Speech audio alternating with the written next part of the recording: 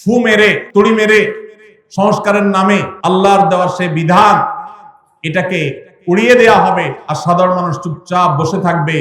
এটা বোকার স্বর্গে বসবাস করা ছাড়া কিছুই নয়। এমনিতেই কোরআনের কোন আইন, কোন বিধান, আল্লাহর আদেশ বা নিষেধ মুসলিম অধ্যুষিত দেশ হিসাবে, ধর্মপ্রাণ মানুষদের দেশ হিসাবে সেটা আমাদের আইনের সংবিধানে এমনিতেই স্থান পাচ্ছে না। যেগুলো আছে দুই একটা সেগুলো মুছে পরিষ্কার করার এই ষড়যন্ত্র এদেশের প্রত্যেকটা মুসলমান বুঝবে ইনশাআল্লাহ। ভাইরা আমার, এজন্য আমাদেরকে চোখ কান খোলা রাখতে হবে, আমাদেরকে সতর্ক থাকতে হবে। তবে সেই সাথে আমাদের এও মাথায় রাখতে হবে, মা বাবার সম্পদে বোনদের অধিকার, এটাকে আমরা অনেক পুরুষরা বঞ্চিত করছি, তাদেরকে অধিকার দিচ্ছি না।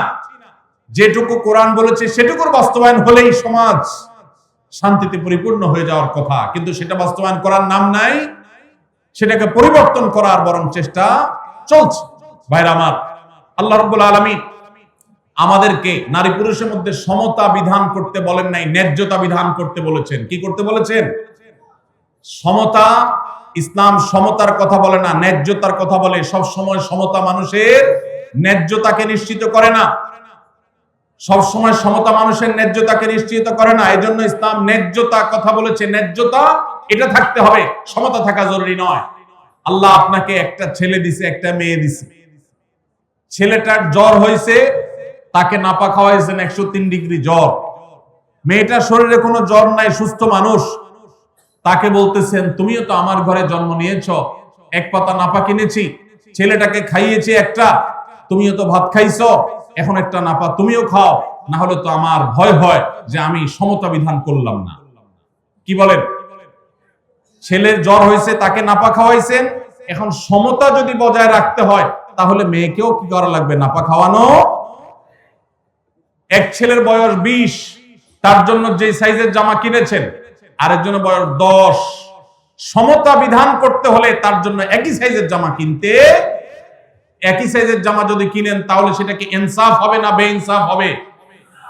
ইসলাম এই মুখরোচক, সস্তা, শুনতে শুধু ভালো শোনা যায় এরকম সমতা নারী পুরুষের মধ্যে করতে বলে না, ন্যায্যতাকে নিশ্চিত করতে বলে।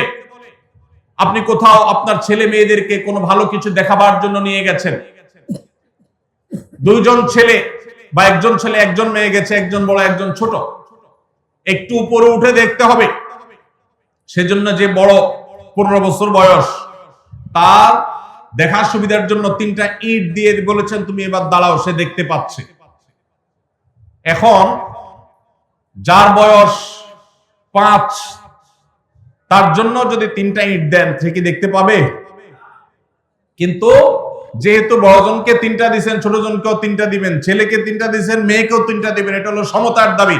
আর ন্যায্যতার দাবি হলো যার 3টা লাগে তারা 3টা দিবেন, যার 6টা লাগে তাকে 6টা দিবেন। এটা হলো ন্যায্যতা।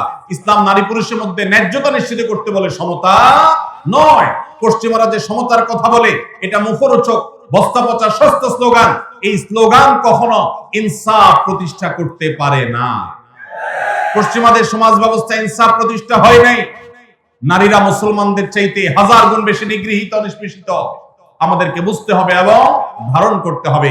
আল্লাহ রাব্বুল আলামিন কোরআন এবং হাদিসের আলোকে আমাদের জীবনকে, আমাদের সমাজকে, আমাদের দেশকে, আমাদের পরিবারকে, সবকিছুকে ঢেলে সাজাবার তৌফিক আমাদেরকে দান করুন। আমাদেরকে কোরআন হাদিসকে ধারণ করতে হবে, রমাদান কর্তব্য করতে হবে। যে সমস্ত কথা আমরা শুনলাম, জানলাম, দিনভর আলোচনা হলো, আল্লাহ তাআলা আমাদের সবাইকে আমলের তৌফিক দান করুন।